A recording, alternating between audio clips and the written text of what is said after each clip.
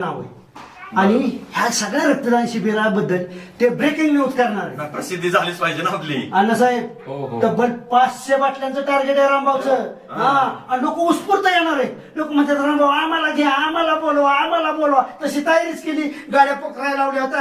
Hello खुशखबर. कारण रक्तदान लय महत्वाची गोष्ट आहे.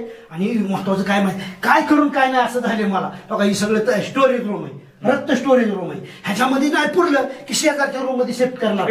त्यात मी फुल झाल्या रक्ताच्या बाटल्या घरी नेऊन फ्रीज मध्ये ठेवणार आहे. पण ती देशाला उपयोग झाला पाहिजे. चाललाय रामभाऊचा वाढदिवस आहे, तिकडे निघालोय रक्तदान करायला.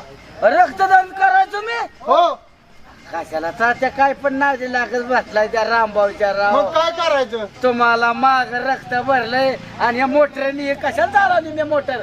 रक्तदान? हे रक्त ह्याने मोटरने वाढायचं रक्त देव रामभाऊ. आपण मारू दे की जाऊ दे तिकडं. आणि मग ह्याने मग मारायचं कशाला चालाय तुम्ही? जावा घरी बसा आपलं.